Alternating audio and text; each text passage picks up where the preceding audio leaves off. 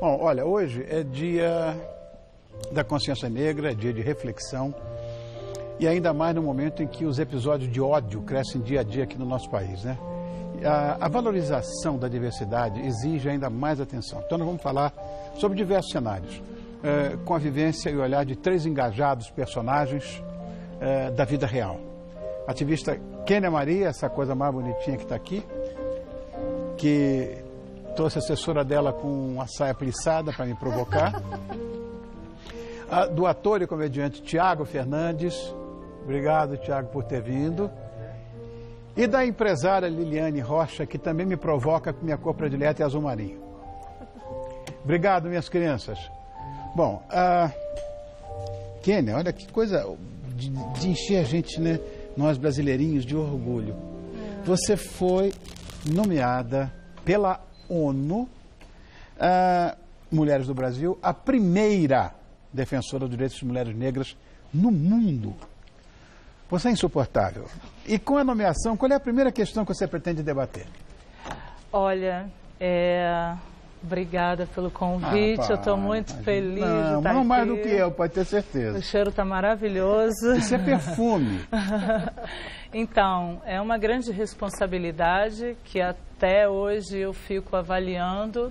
É importante entender que esse trabalho envolve um coletivo imenso de milhares de mulheres, eu até falo não só do Brasil, mas de um continente inteiro que recebeu pessoas escravizadas, né? Então, a ideia e todo esse movimento feminista negro, que é importante a gente falar do feminismo negro, né? A diferença porque as nossas necessidades são outras, né? Nós não ocupamos o mesmo espaço de poder até que a mulher branca. Então, existe essa necessidade de levar esse diálogo adiante. E dentro da ONU a gente tem uma agenda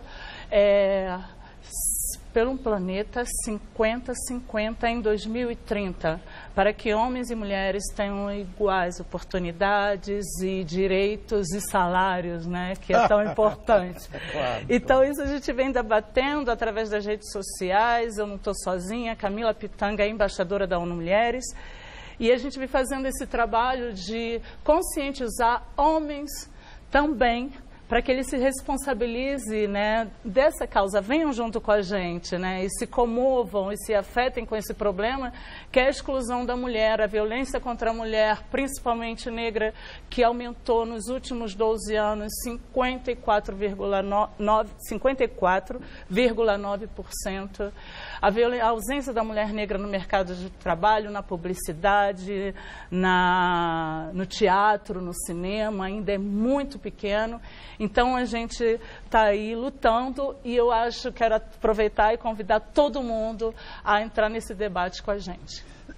Tiago, bonitão, você também é bonitão, né? Obrigado.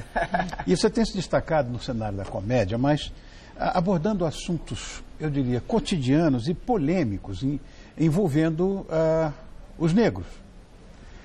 O que você gosta de frisar no seu show? Olha, quando eu comecei a fazer stand-up, lá para 2012, tinha bastante comediante, não tanto como hoje, mas já tinha uma galera. E para você encontrar comediantes negros era muito difícil, né? Tinha o Marrom, que já estava... Você é meu irmão, Marcelo Marrom é meu irmão. E ele que começou com essa história. Já estava estourado na época. E aí, você via alguns comediantes que tinha fazendo piadas racistas. Então, os negros que tinha, eles acabavam usando os estereotipos, né, que praticamente metade da galera faz quando vai fazer piadas sobre negros. E daí, quando você pega essa galera, você via com que eles fazendo piadas assim, a minha ideia foi, eu preciso fazer o inverso. Então, se eu tenho comediantes que estão fazendo piadas e fortalecendo o racismo com isso, eu preciso fazer o inverso. Então, eu uso o racismo, uso a minha cor, uso os estereotipos que muitas das vezes foram usados contra ao meu favor. Então, eu vou bater de frente contra o racismo usando humor, vou bater de frente contra o preconceito usando humor. E hoje, não só eu, mas hoje nós temos um coletivo de comediantes negros fazendo a mesma coisa, usando os estereotipos que a gente tem com humor, ao nosso favor. Legal. Liliane Bonitinho, você é CEO, fundadora de uma consultoria especializada em sustentabilidade, diversidade, políticas públicas. Aliás, olha que coisa maluca aqui. Você é mestre em políticas públicas pela GV. Você é insuportável também. Como é que está a evolução vamos dizer, da presença de negros em quadros corporativos? Você, como a CEO, pode responder isso. Rony, bom, primeiro, obrigada, né? Quero agradecer também o convite para estar aqui falando desse tema que nos é tão caro, tão importante, né? Nesse momento oportuníssimo para a gente fazer essa conversa. A observação, o olhar, o mergulho que eu tenho feito sobre a questão racial no mundo corporativo, ela vem dos últimos 14 anos.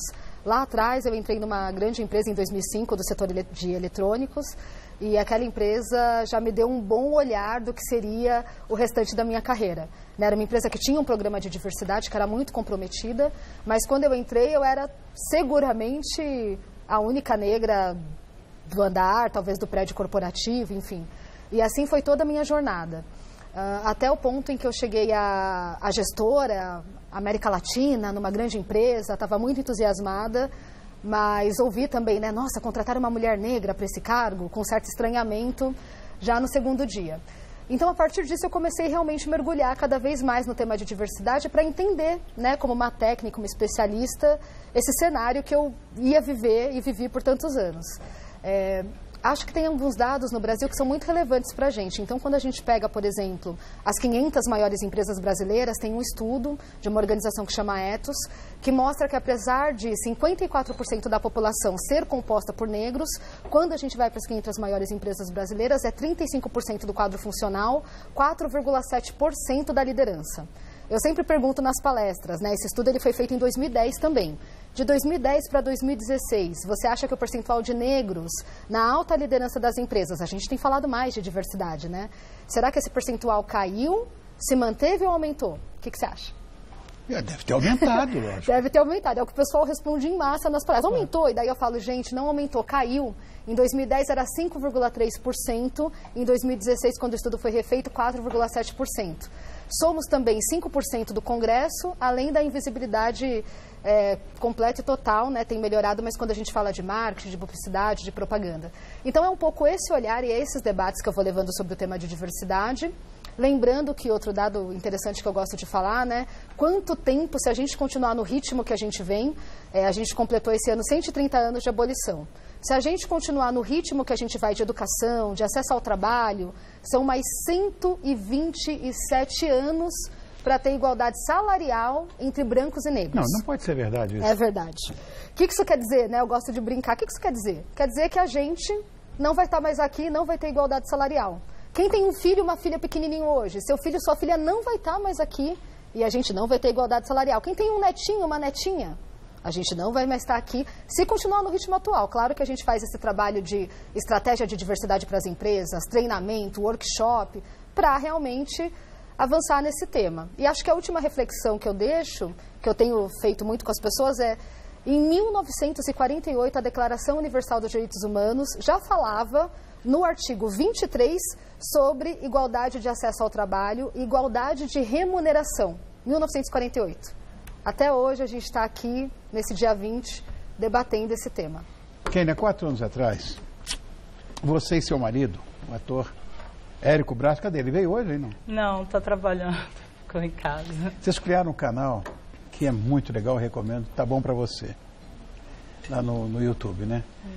Conta um pouquinho sobre essa ideia, que tem tudo a ver com a matéria que a Marisa e a Dalina acabou de fazer, que a gente assistiu agora há pouco. Uhum.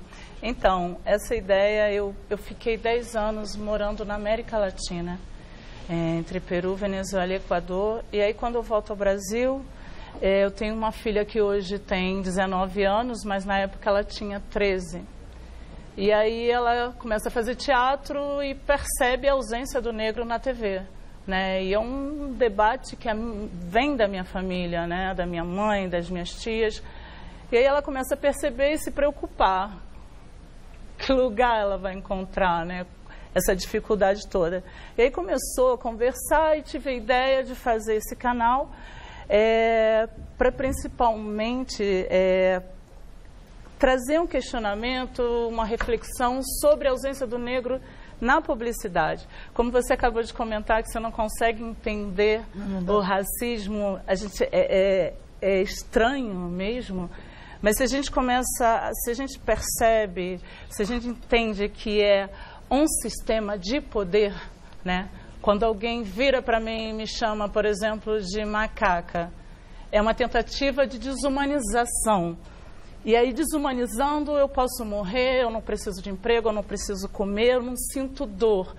Que são todas essas coisas que eu estou falando, essas coisas foram criadas, esses mitos foram criados com o final e durante o processo da escravidão no Brasil. E aí eu chamo a atenção, principalmente, para a ausência do negro na publicidade, porque a gente está falando de dinheiro, né?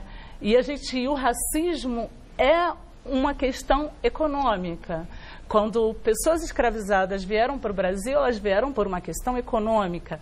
Então, quando falam que o negro é inferior, é por uma questão econômica. A briga é só econômica. Você cria o mito de que eu sou inferior, de que eu não estou no padrão, para que eu não possa concorrer de igual para igual.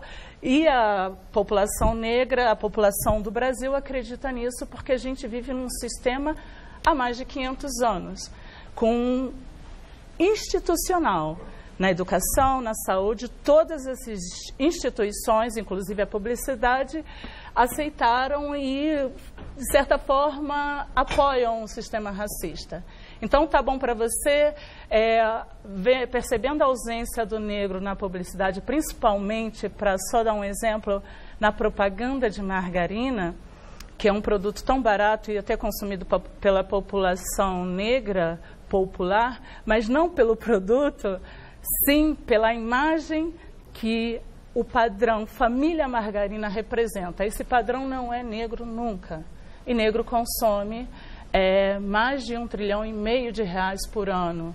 Nós somos 55% da população. É o segundo país mais negro fora da África, do continente africano, é o Brasil. Mas na medida em que ele passa a ser consumidor, esse conceito vai ter que mudar, porque ninguém é bobo.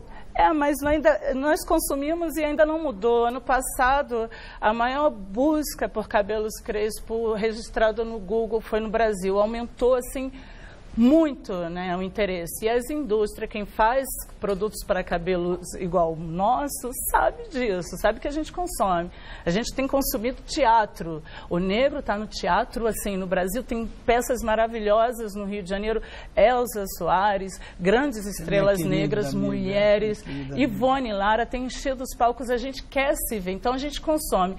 Eu acho que o que acontece é uma resistência realmente para continuar existente a pirâmide social, que é a base é a mulher negra e o topo é branco. A gente precisa movimentar esse topo. Mas tem um topo aqui, de azul marinho, que vai dar a sua opinião em relação a isso. Agora, after you, lady, porque senão eu não vou comer, vai esfriar. E o meu vegano, né? O seu veganinho já está aí. Eita. Então, Liliana, o que você acha dessa história? Eu acho que a Kênia trouxe vários aspectos importantes, né? O primeiro deles, eu acho que é essa estratificação que a gente tem realmente na renda, né? Que coloca uma renda em 4 camadas. Tem um estudo da UERJ que eu acho maravilhoso, não fosse o que ele expressa pra gente, né? Mas que é a média da renda salarial do homem branco, depois vem a média de renda salarial da mulher branca, depois vem a média de renda salarial do homem negro e depois da mulher negra. Então a gente tem uma estratificação expressiva por gênero, né, e por etnia. E quando a gente olha para esses dois fatores, o que será que a gente tem em contexto de sociedade? Entendo que isso é muito reflexo de uma questão que eu tenho trabalhado bastante e que eu acho que é fundamental que a gente está fazendo aqui hoje de conversar sobre isso. O brasileiro é o segundo maior desconhecedor da sua realidade. Tem um estudo da Ipsos que mostra isso, que é muito interessante. A gente era o 6º colocado e a gente passou a ser o 2º, a gente só perde para a África do Sul. E o que eu tenho comentado? É verdade, né? Quando eu viro numa palestra, num evento e falo assim, gente, quantos anos a gente teve de escravidão no Brasil? De um sistema social, econômico, político, né? Quantos anos? O pessoal não sabe. Eu falo, gente, 388 anos. Para quantos anos de abolição? O pessoal também não sabe ficar fazendo conta. 130. 388 anos de escravidão, 130 de abolição, que legado deixa pra gente? Não importa em que sala eu estou, de que região do país, rodei todas as regiões do país nos últimos 3 meses, por 2 empresas que eu fiz muitos treinamentos, toda sala eu falava, que legado que você deixa pra gente? Aí o pessoal demorava um pouquinho, eu falava, essa sala não tem nenhum negro. Se eu estou numa sala de média liderança, não importa se eu estou no varejo, se eu estou no saneamento, se eu estou no setor financeiro, no banco, não importa. A única pessoa negra que tem sou eu, que sou uma palestrante, uma especialista que está lá para falar do assunto. Pode ter 30, 40, 50 pessoas na sala, isso não muda. Esse é o legado que a gente tem hoje, né? E daí sim, aí eu vou para os outros dados. Então, complementando aquilo que foi dito, né? Se a gente pegar assassinatos de jovens no Brasil, 75% são negros. Dos 16 milhões de brasileiros na extrema pobreza, 65% são negros, né? Então, a gente começa a ter uma série de reflexos na sociedade que gera essa estrutura, né? Esse sistema estruturante que a gente tem ainda hoje, sem perceber, porque a gente desconhece, porque a gente não reflete sobre isso, que é esse sistema, né, a gente não gosta muito de usar a palavra, mas é realmente um sistema racista, né, que cria uma diferenciação de pessoas com base na sua raça, na sua etnia. Socorro, não entra na minha cabeça. Não consigo, eu tenho muita dificuldade de administrar isso. Bom, para a gente fechar, eu queria que vocês brevemente deixassem uma mensagem no Dia da Consciência Negra.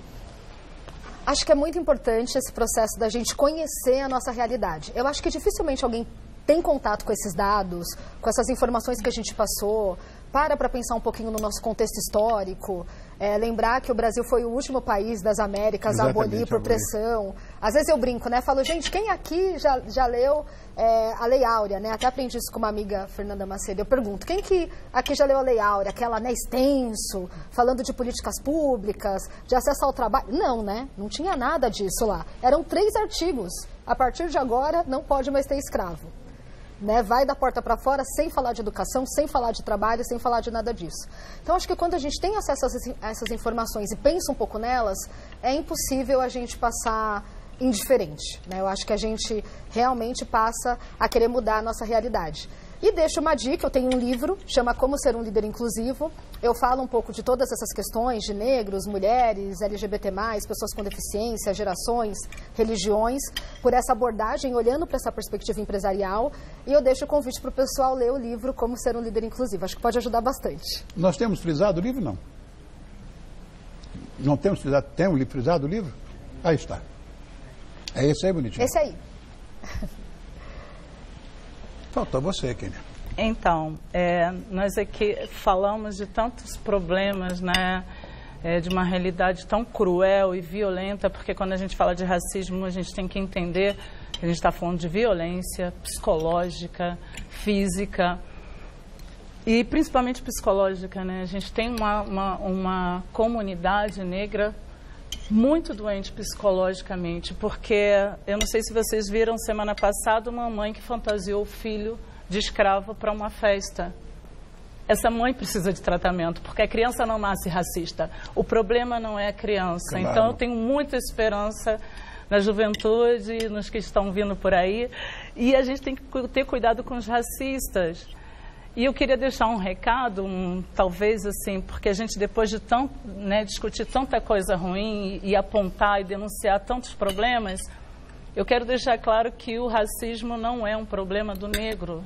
Né? A gente quer sentar aqui para falar de arte, cultura, sem compromisso, de vinho, de comida vegana, não falar só de racismo. Para isso, a gente precisa que a outra parte não negra da população, que eu vejo que nem é uma parte branca, né, se comova e entenda que o problema de desigualdade é um problema do brasileiro, não é um problema do negro, isso não pode estar na nossa mão. Então, por mais, entendendo o lugar de fala, por mais que não seja o teu lugar de fala, isso não te exclui do compromisso de lutar contra a desigualdade, porque a desigualdade é um problema do Brasil, não do negro. E nós não inventamos o racismo. Nós não gostamos de falar de racismo. Vamos mudar juntos, por favor. Vamos embora. Thiago, fala do serviço da tua peça, o que você está fazendo. Nós estamos em cartaz, né, todas as quintas aqui em São Paulo, mas quem quiser ir em outras cidades também pode acompanhar nossa agenda no @coisadepreto, com 2 T's no Instagram. Tem toda a nossa agenda lá. Liana, quer deixar algum recado, algum endereço, alguma coisa? Quero. Fala. Quem quiser saber mais sobre o trabalho da Gestão Kairos, a gente tem o site www.gestãokairos.com.br e a gente está em todas as redes sociais também, LinkedIn, Instagram, Facebook. Então, quem quiser acompanhar nosso trabalho, a gente vai debatendo esse assunto. Voltou você, Keila. Então, esse mês eu tô na capa da revista Raça junto com o Érico. Mostra a capa como tá bacana. Você tá insuportável de fazer nota. Olha lá, olha. Bonito. Ai, tá linda mesmo. Então, eu espero que todo mundo goste e comentem, também me procurem nas redes sociais, porque eu trabalho muito através das redes sociais. Além disso, eu escrevo livros infantis e eu estou lançando esse ano Flechinha, o Príncipe da Floresta. Então, estamos aí e vamos nos encontrar nas redes sociais, que é um caminho para a gente continuar essa conversa, né? Beleza. Obrigado por terem vindo. Vem cá. Você é insuportável. Olha o que você fez. Não comi nada. Sobrou mais? Eu quero mais. Obrigado, Odomiro.